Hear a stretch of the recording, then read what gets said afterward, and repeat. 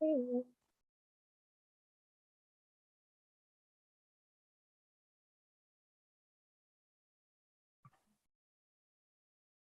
Hello, everyone. Thank you for joining us again this week.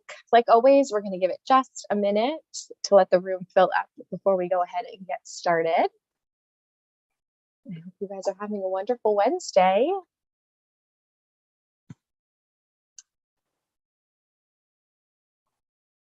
All right. Thank you guys for joining.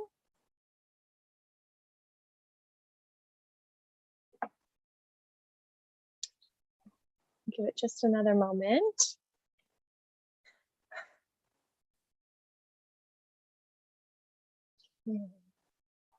All right, well, good afternoon, everyone. Thank you for joining us once again for our weekly Wednesday webinar series. Today's webinar is on immune tolerance induction in the era of emicizumab, still the first choice for patients with hemophilia A and inhibitors. My name is also Mirtha, and I'm the Manager of Strategic Communications here at the National Hemophilia Foundation. Before we get started, NHF would like to share some information with you. Please help NHF continue to be a strong voice in the bleeding and blood disorders community. You can provide your thoughts by completing a short survey on NHF's rebrand. Please visit the link posted in the chat for more information. This survey will remain open until June 10th. At any point during the webinar, if you would like to ask a question, please use the Q&A feature at the bottom of your screen. We have NHF staff members monitoring these questions, which we will pose to our speaker after the presentation. This webinar is being recorded and will be available to the community beginning on Friday, June 3rd. I am joined today by Dr. Katharina Holstein. I tried. You'll have to reintroduce yourself. I apologize. But thank you so much for taking the time to join us today. I'll go ahead and turn it over to you to get started. Yeah, thank you very much for the invitation. I'm really happy that I have the opportunity to present here the results of our survey we performed on immune tolerance induction in the era of emicizumab. And these results have been published recently in Hemophilia and have been produced together with all the co-authors mentioned here. And I hope this could cause some interesting discussion in the end. So to introduce myself, I am Katharina Holstein. I'm from Hamburg in Germany, northern part of Germany. We are in the beginning of summer and it's not really summery at this time, cold and windy, but so I'm happy to present here and not outside. I am working in one of the largest hemophilia centers in northern Germany at the University Medical Center Hamburg-Eppendorf. And I care for adult patients with hemophilia, but in close cooperation with my pediatric colleagues who also contributed to the data presented here. First, here are our disclosures. You see that most of all of the authors had some contacts to those companies who are active in the field of hemophilia.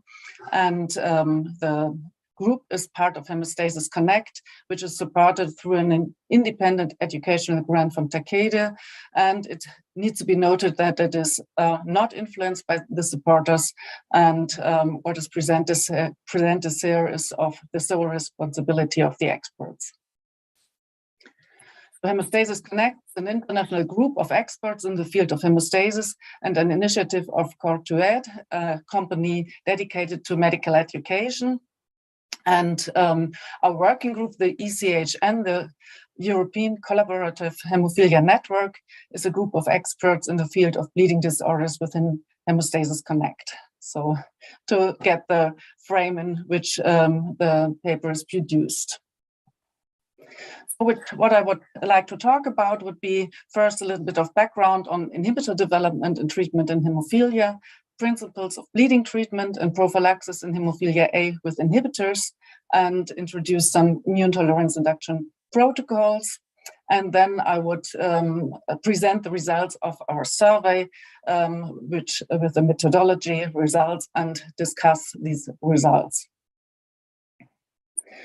So inhibitors in hemophilia are one of the most serious complications nowadays, and occur in about 20 to 40% in severe hemophilia A, and less often, but still not so rarely in non-severe hemophilia A, and to a little extent in severe hemophilia B. And they are grouped in according to the inhibitor titer, in low titer, high titer, and very high titer inhibitors. And those with low titers, they might perhaps also be possibly treated with factor VIII concentrates. Those with high or very high titer inhibitors need to be treated with bypassing agents to treat or prevent bleeds.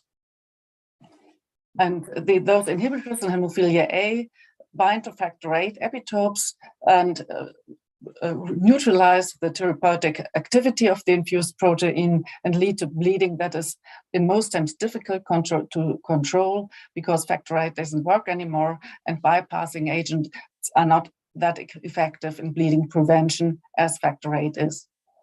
And the inhibitor titer above 200 Bethesda units is relevant because it's a prognostic marker for outcome of ITI. Therefore, this group is also mentioned for the titers are also grouped to this higher extent. Inhibitors usually develop in young age, so in the first exposure days in severe hemophilia A, but in mild hemophilia A, it has been observed that the risk doesn't decline with age or exposure days and is more or less the same throughout life. And therefore, also adults are involved in inhibitor development. And risk factors that are known and have been observed for inhibitor development are genetic factors, and that's mainly the type of the factor VIII or factor IX mutation, and those mutations who cause null production of factor are of the highest inhibitor risk, but also mutations in genes related to immune response are involved. And this is reflected by the fact that the family history of inhibitors is observed as a risk factor. And also it is known that treatment intensity plays a role. Peak treatment moments are associated with a higher inhibitor risk in the early exposure days. And that is, for example, the case if a neonatal intracellular bleed occurs, which needs high intensity factor replacement. And which is in debate, still in debate, is the role of the type of factor VIII concentrate. The VIII trial has shown that plasma-derived concentrates may be associated with a lower inhibitor risk than recombinant concentrates. That leads to the consequence that some hemophilia treaters prefer to use plasma-derived concentrates during the first 50 exposure days. So what about bleeding in patients with inhibitors? And yes, it has been observed that bleeding occurs often and is difficult to control and to prevent in patients with inhibitors. And this has been supported by a non-interventional study which collected data on bleeding frequency and treatment of patients with hemophilia A and inhibitors. Patients have been included if they were aged more than 12 years and have been monitored for a median of 26 weeks. These were patients who could enter the clinical trial for patients with hemophilia A and inhibitors for emicizumab, the VIII trial, and therefore inclusion criteria was also a high bleeding rate. So that's to maybe a limitation to the numbers presented here. So most of the bleeds that occurred were joint bleeds and muscle bleeds, and more than half occurred spontaneously. And you see in the figure on the right side that bleeding rate for treated bleed and bleeds in all bleeds are quite higher, and that there is not a relevant difference between patients on bypassing agent prophylaxis or on episodic treatment. And the type of concentrate used for prophylaxis and for bleeding treatment was in most cases APCC. so activated protein complex concentrate, which was maybe due to the short half-life of recombinant factor 7A, and also to the fact that recombinant factor 7A is not licensed for prophylaxis in all countries. So next, I would like to talk a little bit on principles of treatment of patients with inhibitors, first bleeding treatment and prophylaxis, and then on inhibitor eradication. Bleeding treatment, I would like to explain the principles of recombinant factor 7A and APCC, and emicizumab, how they work. So first, I'll show you the principle of the coagulation cascade, roughly, not in detail. So what happens if you have an injury with then tissue factor would be exposed to the bloodstream and goes in complex with factor 7A, and the coagulation cascade proceeds from thrombin from prothrombin. And thrombin is the key enzyme in the coagulation cascade and leads to formation of fibrin, but only to a very small amount that is not enough to stop a bleed. And to get high amounts of thrombin, factor VIII is necessary to do this amplification and propagation of the coagulation cascade to get a sufficient clot. And if you have those antibodies against factor VIII, the factor VIII doesn't work anymore, and you have only the small amount of fibrin, and this can be compensated if you give supraphysiological doses of recombinant of factor 7, so in form of recombinant factor 7A, and this can, do a quite good job in also forming some thrombin for clot formation. Or the alternative would be to use the protein complex concentrate with all those activated factors. And the third possibility would be to use emicizumab.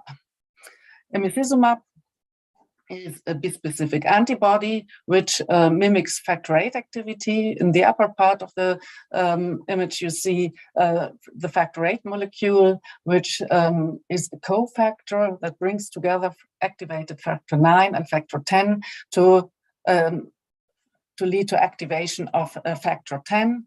And this could also be done by this bispecific antibody, which binds with one side to the factor 9 molecule and with the other side to factor 10, and also can lead to activation of factor 10.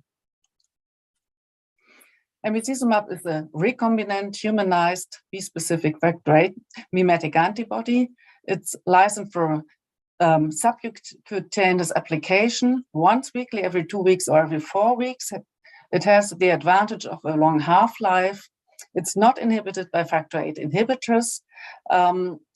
It has been observed that some anti-drug antibodies may develop, but very rarely they are neutralizing. And most times it's not a real problem. But everybody using emicizumab need to know that hemostasis is not normalized. The estimated factor VIII equivalent activity is about 10 to 15%. And it needs to be known that the standard coagulometric activated partial thromboplastin time cannot be used, and all those tests that are associated with the APTT because it's disturbed by the pre-activated function of emicizumab. So for monitoring of emicizumab levels or factor VIII replacement, chromogenic tests need to be used with bovine substrate or a human substrate for emicizumab. So this pivotal clinical trial has been published in 2017 and led to approval of emicizumab in the US in November 2017 and in Europe in February 2018. And the trials on inhibitor patients were the VIII and VIII trials, and the other trials were also on patients with hemophilia A without inhibitors. And it could be shown that prophylaxis with emicizumab was very effective in preventing bleeds. Bleeding rates got really down and even improved after several months of use. And if you remember the bleeding rates in this patient population, I mean, these are most of the patients which entered the Haven-1 trial. So it's really a great improvement in bleeding rates. So emicizumab is effective for bleeding prophylaxis in patients with hemophilia A and inhibitors. But there have been also some adverse events. The related adverse events were in most cases injection site reactions, but also some serious adverse events were related. And there were some thrombotic events, 3 thrombotic microangiopathies and some thrombosis, but all were associated with treatment of breakthrough bleeds with APCC with doses more than 100 units per kilogram per day for several days. So the conclusion is that bleeding treatment should not be done with APCC, and recombinant factor 7A should be preferred if possible at all. And if there is no alternative to APCC, very low doses can be used.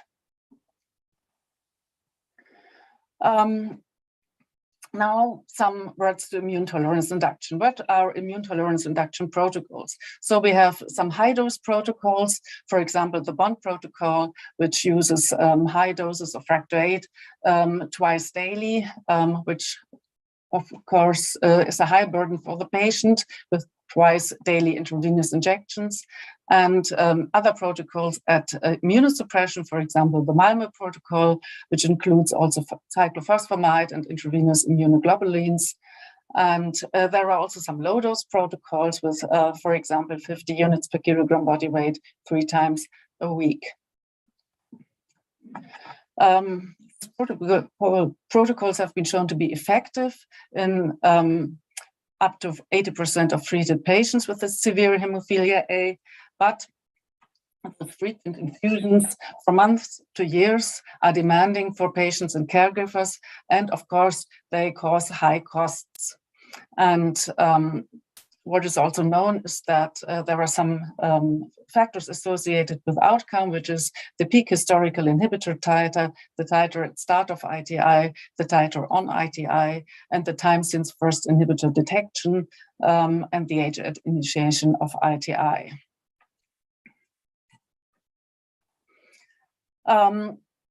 So for quite a while, it was not clear which ITI dose would be of advantage for the patient, for inhibitor, for the success of inhibitor eradication. And so the international ITI study has been initiated to this was a multi-center prospective randomized comparison of a high-dose regimen with 200 units per kilogram per day and a low-dose regimen with 50 units per kilogram 3 times a week in 115 good risk patients with high titer inhibitors. The good risk was that they needed to have a peak historical inhibitor titer below 200 Bethesda units, that the starting titer should have been below 10 Bethesda units before randomization, that the titer decline wouldn't be too long, and the age at randomization should be below 8 years.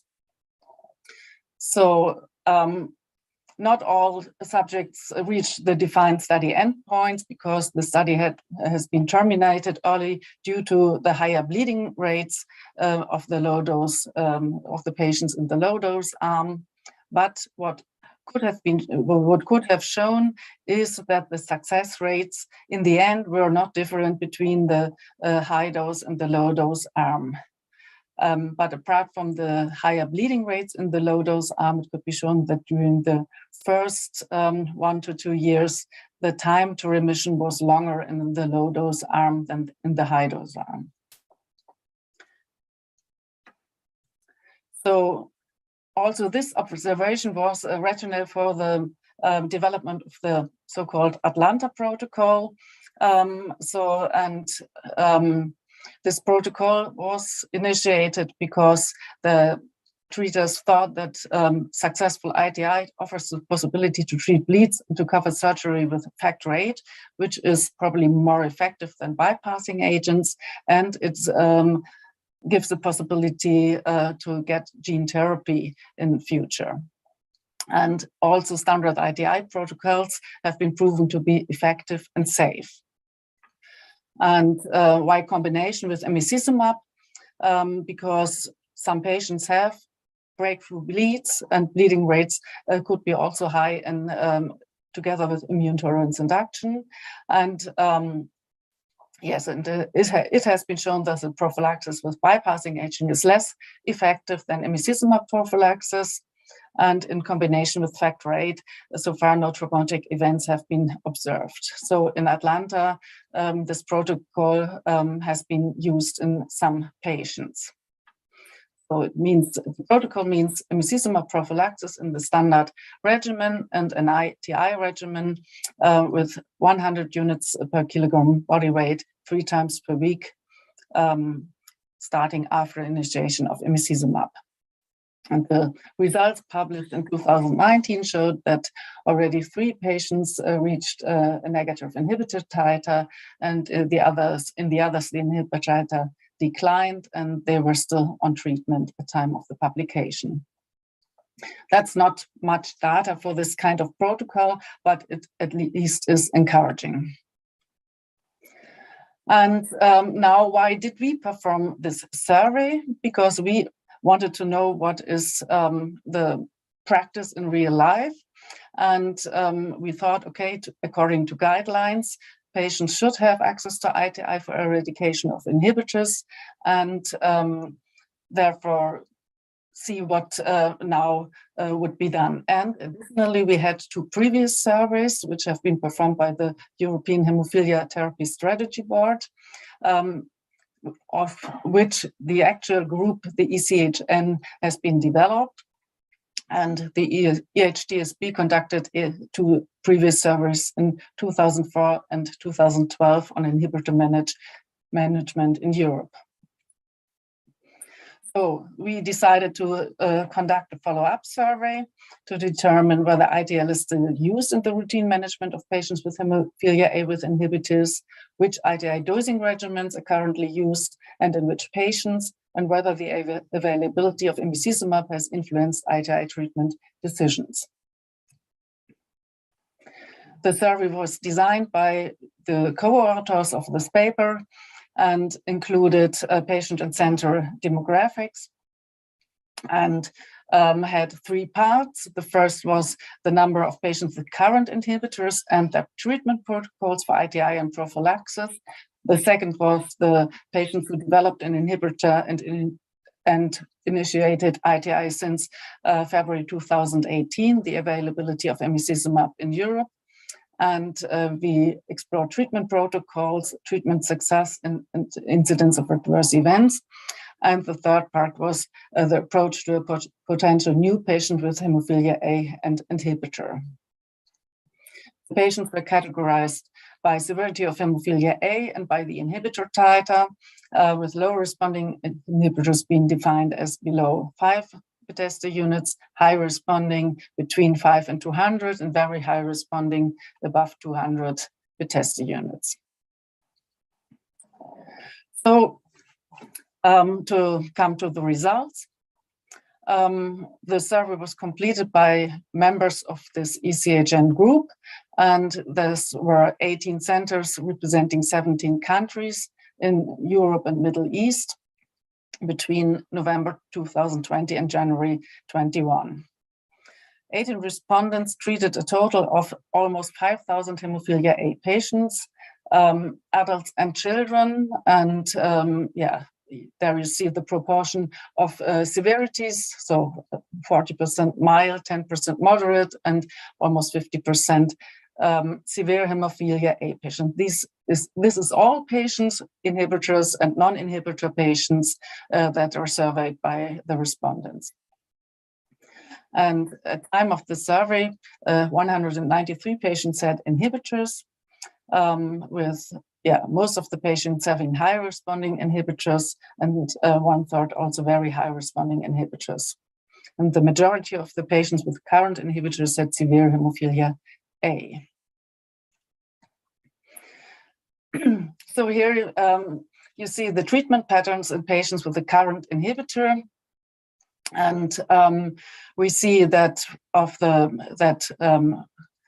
116 of the 193 patients have been treated with ITI, either as current ongoing treatment or as part of an earlier unsuccessful treatment regimen. And ITI failure occurs also centers and all patients.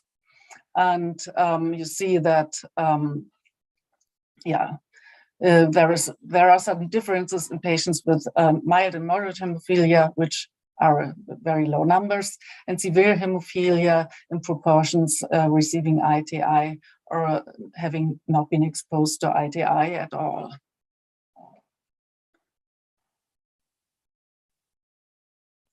So those patients who were on ITI, how have they been treated? Here we see the data for patients with severe hemophilia A, and we see that the regimen with less than daily dosing is used by the majority of the treaters for those ongoing ITIs, and that about 1/3 of patients were on emicizumab prophylaxis and half of patients on bypassing agent prophylaxis.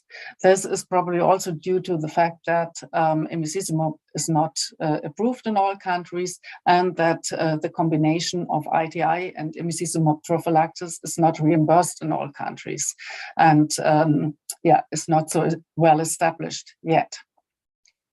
But on those patients who are on emicizumab prophylaxis, most of them got a low dose or a less than daily dosing protocol.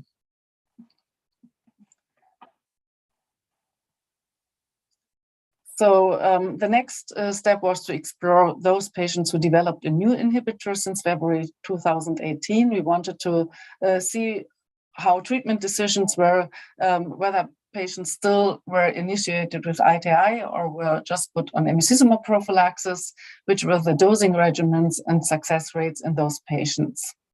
And at time of the survey completion, 23 patients had developed new inhibitors in the last 3 years, and most of them had severe hemophilia A. And here you see the age distribution of the newly developed inhibitors.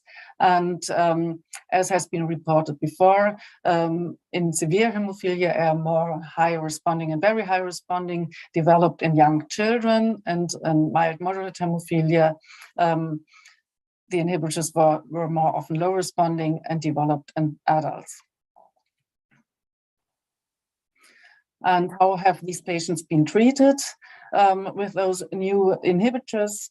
And you see that, in severe hemophilia A, 2/3 of patients have been started on ITI, and most of them immediately. And a lot of patients, some patients also got emicizumab prophylaxis, but that was only a high proportion in those mild patients. But I think it's not really fair to conclude something from these very low patient numbers. But what is interesting, that the rate of patients on emicizumab only is not very high, and is here, it has been said that 2 patients were started on emicizumab only to wait for better venous access, so very young children, and 2 others chose this approach because they expected a low probability of ITI success, probably those very high responding inhibitors. So what can we say to success rates of ITI? I think it's a bit difficult with those very low patient numbers and short observation period to draw any conclusions. We observed in the low responding inhibitor patients 100% success rate, and in those with high responding inhibitors, ITI was in some patients not finished yet, and saw about 25% treatment failures, which is probably in line with the previously published literature. And what we also observed that across all inhibitor titers, about 70% of patients were treated with less than daily dosing. So we try to compare our data to the previous surveys, which was not as easy as we thought before, because we used some slightly different approaches, but still we could see some trends in treatment pattern. And we saw that of the patients with the current inhibitor, the rate of ITI attempts was higher than the previous survey. And we observed a trend towards lower ITI dosing, with less than daily dosing being used in the present survey in more than 80%, in the ongoing ITIs, and 70% in the ITIs performed between 2018 and 21. And in the previous survey, those protocols were used less often.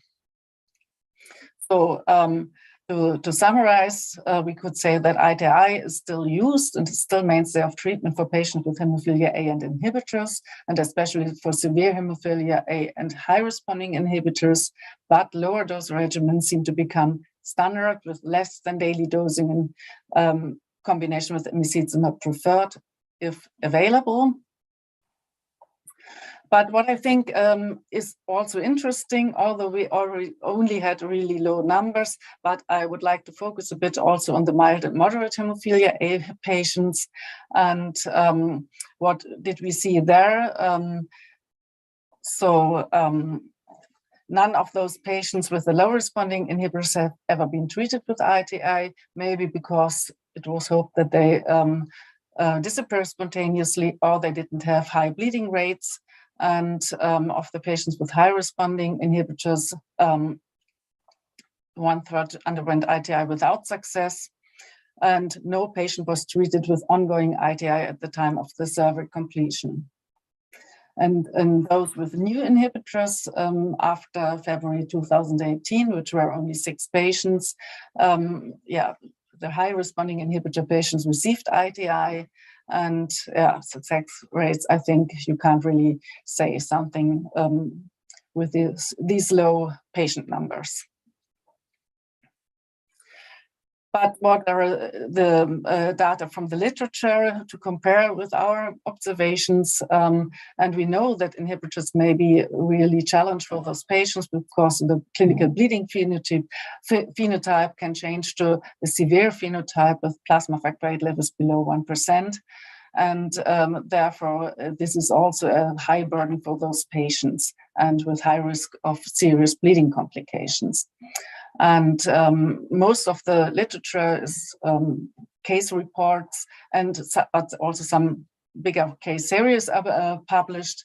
And one of those case series reports on 32 patients with mild hemophilia A and inhibitors, and reports on a potential effect of immunosuppression. They used rituximab and combinations of immunosuppression regimen, and observed some success, with a better success with the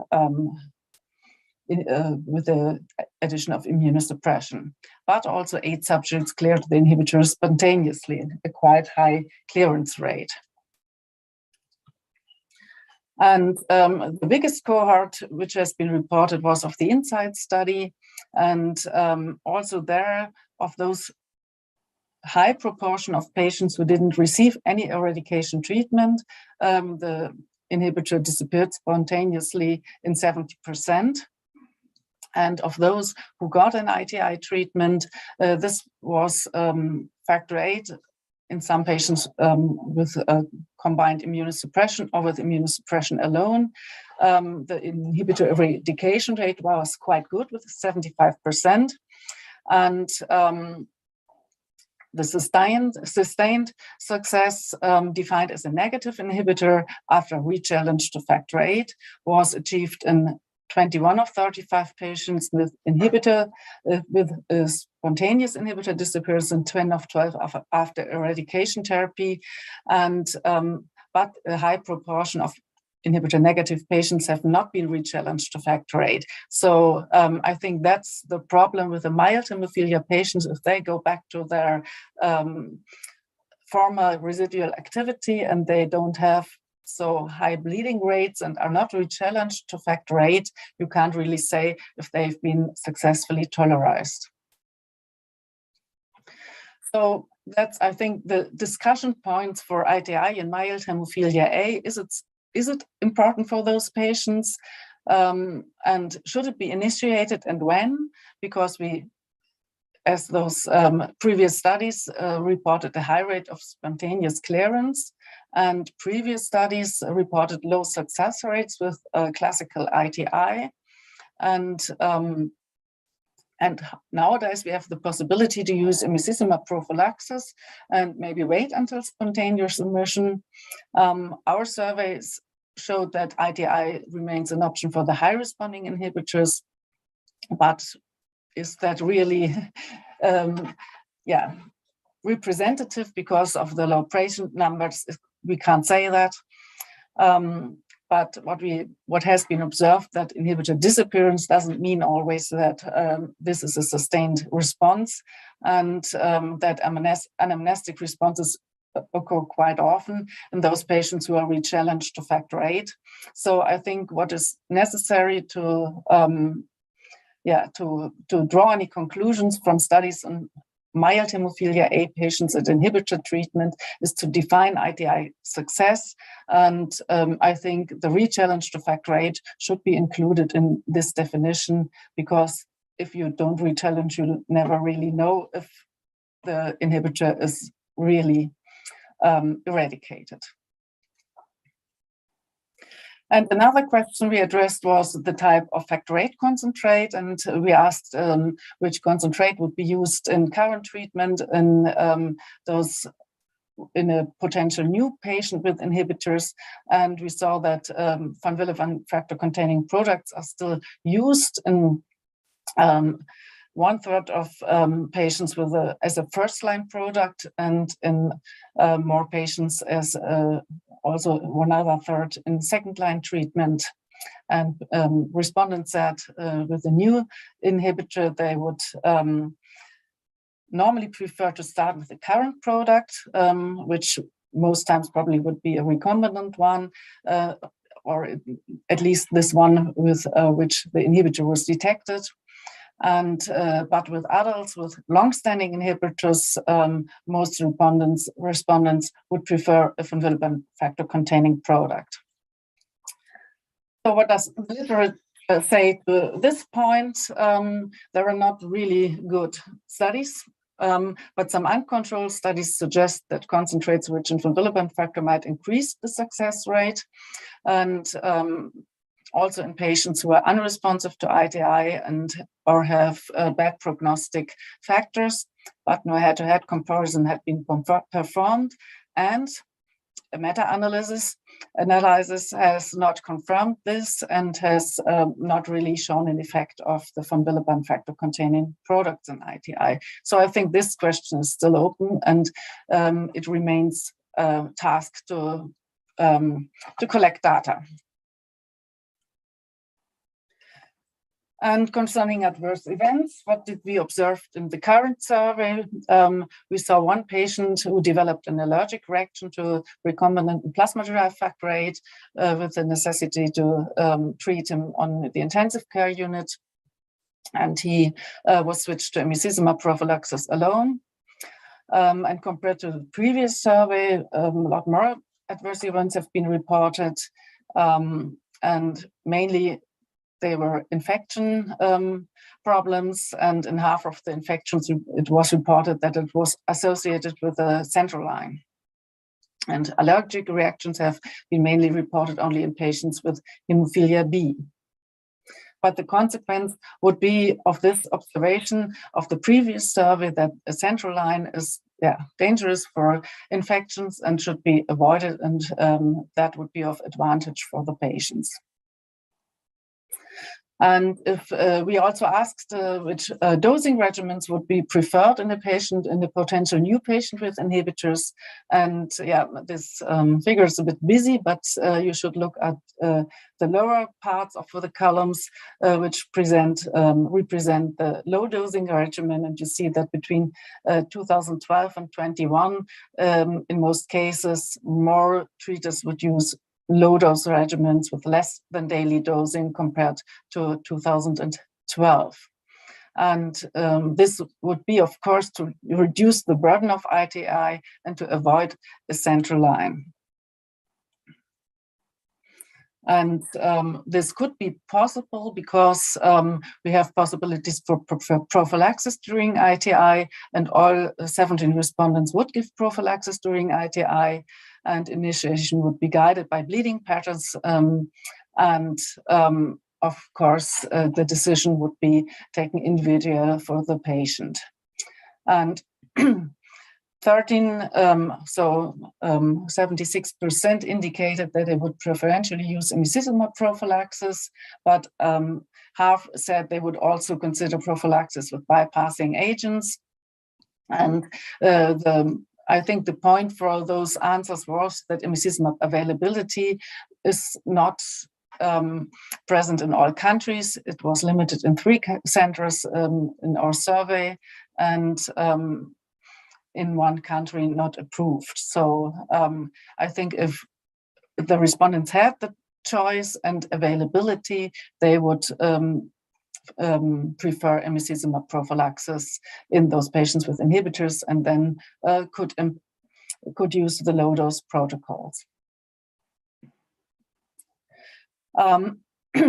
We also wanted to explore whether there would be reasons for starting emicizumab prophylaxis without ITI.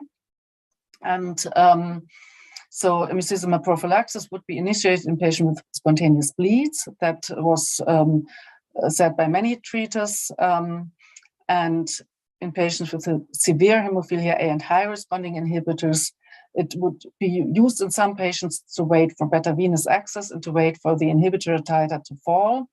And only few respondents, I think that is one of the key findings, would prefer emicizumab prophylaxis alone over ITI. So still, I think most of the treaters think that ITI is important to eradicate the inhibitor and to offer the patient better bleeding treatment in future. So to summarize the discussion, in comparison to the survey of 2016, we observed that a higher proportion of patients with current inhibitors were treated with ITI at some stage, previously or ongoing, in 60% compared to about 45% in the previous survey. And a trend towards lower ITI dosing was observed. Less than daily dosing was used in 83% of ongoing ITIs and 69% of ITIs performed overall from 2018 to 21. And a low dose regimen was only used in 11% of ongoing ITIs and 30% of ITIs performed from 2002 to 2012. So I think there is a quite clear trend to a lower dosing, but I think this is possible because we have better possibilities for bleeding prophylaxis. And I think the IITI study contributed to this trend because the success rate is not so much different with a lower or higher dosing if bleeding is effectively prevented. And I think this is the largest study of its kind to date, and the first since emicizumab was approved in 2018 in Europe. All respondents indicated that they would initiate prophylaxis during ITI, and they would prefer emicizumab in this setting when available and reimbursed. And in patients failing a first ITI attempt, there's increasing acceptance for emicizumab prophylaxis. So those patients who are difficult to treat might be more often treated with emicizumab.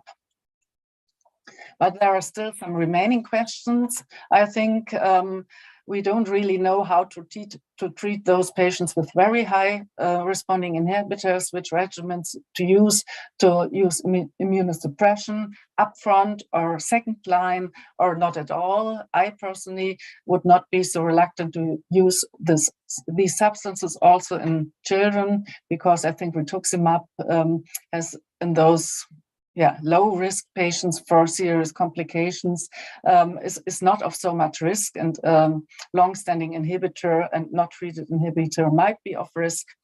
And we don't know really how to treat those patients after ITI failure. Would we try a second or third attempt? Also, if we have other possibilities for bleeding prophylaxis.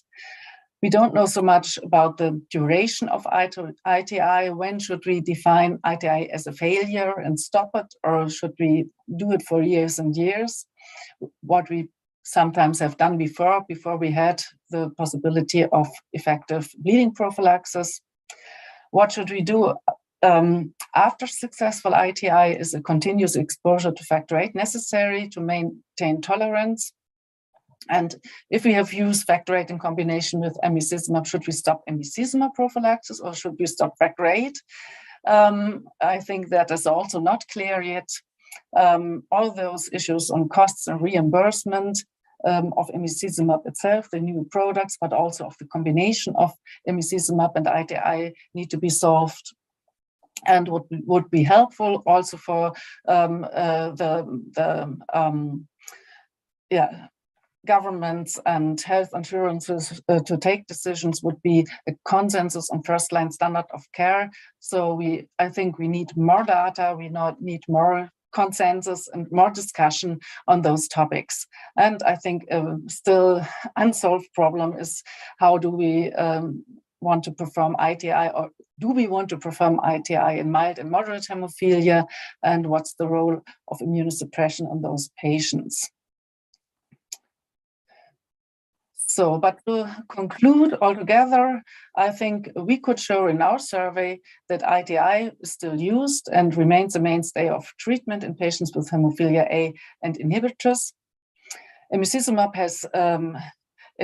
prophylaxis has become a preferred first-line approach to protect against bleeds and represents an alternative to burdensome ITI in certain patient groups, maybe patients with low success rates for ITI and patients with very difficult venous access. But I think we need prospective clinical trials on the concomitant use of ITI and emicizumab prophylaxis, and need some data to develop those protocols, new ITI protocols for patients with inhibitors.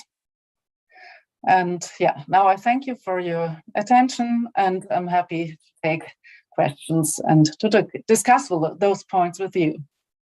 That was wonderful. Okay, real quick, I'm going to go ahead and share my screen, and then we're going to go ahead and move forward with your questions. So my first one comes from the chat, and I think it's Dr. Matthew is their name. They have, thank you, your thoughts. Would use of a PD factor VIII helped to have achieved a higher success rate in those with very high titers inhibitors? Sorry, I didn't really get which kind of factor VIII would? PD. Plasma derived. Okay, yeah. I think that's still one of the open questions. We don't really know whether that is the case. So what I showed is the data on the potential role of von Willebrand factor, and the plasma derived often contain also von Willebrand factor. So we can say it's not absolutely clear whether this is of a real benefit, but I think if burden is not too hard for patients with more volume and longer time to wait until it is the concentrate is ready. If that is managed by the patient, I think it's worth trying a plasma-derived or von Willebrand factor containing product in patients in which the inhibitor titer doesn't decline as we want, or they are not successful with a recombinant product. Great, thank you. Let's see, a couple more for you. How will you build on the findings of your survey, and what will be your next steps and future directions? So I think it would be good to develop some standardized protocols for the use of ITI together with emicizumab prophylaxis. And the best would be to compare to standard treatment regimens with ITI without emicizumab, but this always is an ethical problem. If you can do some randomized trial in this situation, probably not. But I think to do good prospective studies on certain regimens would help, also if you don't compare. And I think this would be the next step which needs to be done. Great, thank you. What were your greatest challenges in your research, and how did you mitigate these?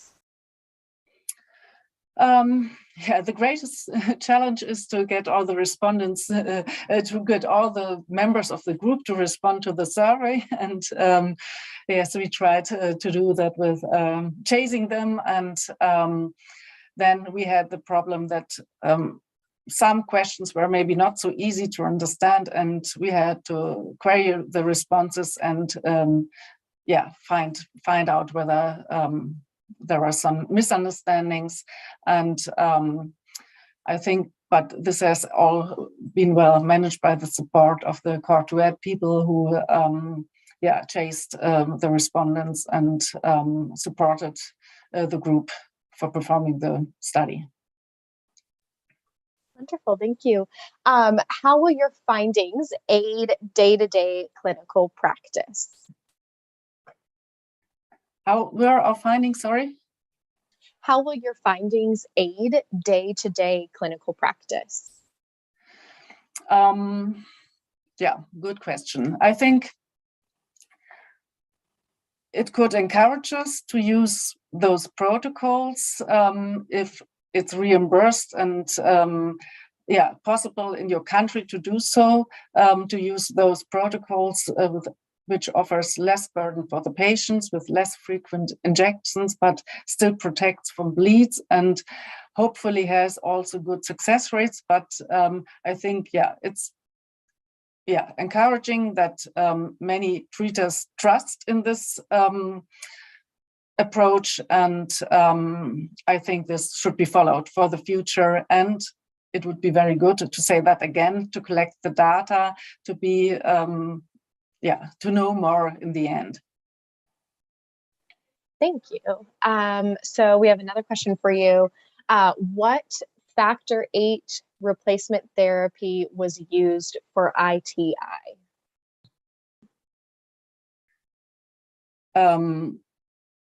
As I showed, which concentrates or what dosing regimens? So you can't say because you didn't post the question.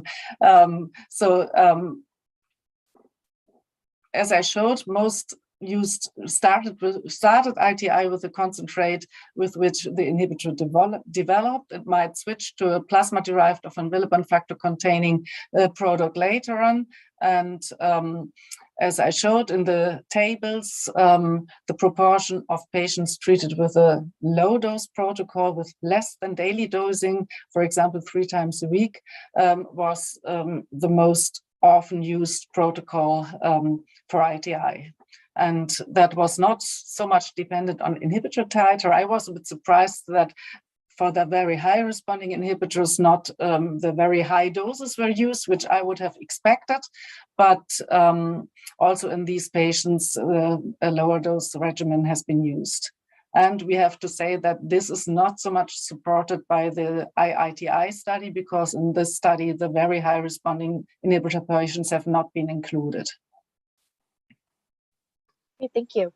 For a child presenting with a newly diagnosed high tidal inhibitor, what would you recommend? So I personally still also think that ITI is a valuable option for this patient, but I probably would start with emicizumab prophylaxis as soon as the inhibitor is detected, then to prevent bleeds if the patient is bleeding. But I would also try to persuade the family that it is worth trying to eradicate the inhibitor, to have the possibility to treat with factor VIII concentrate in future, because it's more effective for treating bleeds and for covering surgery. And therefore, I would advise the family to do at least one ITI attempt, but also with a regimen with less than daily dosing to avoid a central line. Okay, do you have any recommendations for adults who have previously failed ITI in the past? So it really depends on the patient. We have also a few patients who have had several ITI attempts with several concentrate types and also with immunosuppression. And I would say that there's no way to eradicate this inhibitor. And those patients are really, really happy that they have the possibility to be treated with emicizumab prophylaxis, because they gain so much of quality of life with less intravenous injections and so good efficacy of bleeding prevention. And but there are also some adult patients who haven't had a real ITI attempt, and I think for those patients I would discuss whether it would be worth to do one attempt of ITI. But I think that's a quite difficult decision to do. Yes, thank you. And additionally, it's of high cost because adults are big and weight a lot, and that's very expensive, ITI in adults compared to young children. Yeah, absolutely. So what is the definition of successful ITI that you use? Yeah, very good questions. I didn't mention it. Sorry for that, but we use more or less the definition which has been used in the IITI study, meaning that the inhibitor titer needs to decline below 0.6 Bethesda units, that a recovery of more than 66% should be observed, and the patient could have bleeding prophylaxis with factor VIII treatment, and half-life would be more or less normal, or at least more than 6 to 8 hours. So that would be the definition for success. Great, thank you. How about individuals with hemophilia B and inhibitors? Do you have any insights that you can offer? So we didn't cover these patients in the survey because for them emicizumab is not working, but in the previous survey, we had also included patients with hemophilia B, and we could observe that in those patients, immunosuppression is added very often because the high risk of developing allergic reactions and nephrotic syndrome during ITI is really a challenge for those patients and for treatment. And I personally have the experience with 4 or 5 hemophilia B patients with long-standing inhibitors, which we treated successfully with a regimen containing rituximab, other immunosuppressive agents like MMF and dexamethasone and intravenous immunoglobulins, and a quite intensive immunosuppressive regimen and high-dose factor IX, and this was at least successful for some years. The inhibitor doesn't seem to be eradicated really forever. So we have 1 or 2 patients who have had some recurrences, but we try to detect them really early. So before a new allergic reaction occurs, and give another small dose of rituximab to eradicate this upcoming inhibitor again. And this seems to be a quite good concept, but only few patients, of course. That was great, thank you. Okay, well, with just about a minute left, I want to thank you, Dr. Holstein, for taking the time to join us again this afternoon. We appreciate your time and your expertise. I'd also like to thank each one of our viewers for, again, joining us this week. As one final reminder, NHF asks that you provide your thoughts by completing a short survey on NHF's rebranding. Please visit the link posted in the chat for more information. And please note that this recorded webinar will be available on Friday, June 3rd at hemophilia.org under the events tab with all of our archived webinars. Also available in the events tab is our upcoming schedule for our weekly Wednesday webinar series. Thank you again for joining us and have a wonderful week. Thank you for coming all the way from Germany to join. Yeah, thanks, Katharina. This was excellent. This was really good. Thank you. Thank you for the invitation. Yeah. Of course. Thank you so much. Have a great say one. hello to Sylvia for me. Yes, I do so. Okay. Thank you. Yep. Bye-bye. I will. Bye. Bye. Have a good week. Bye-bye. Bye-bye.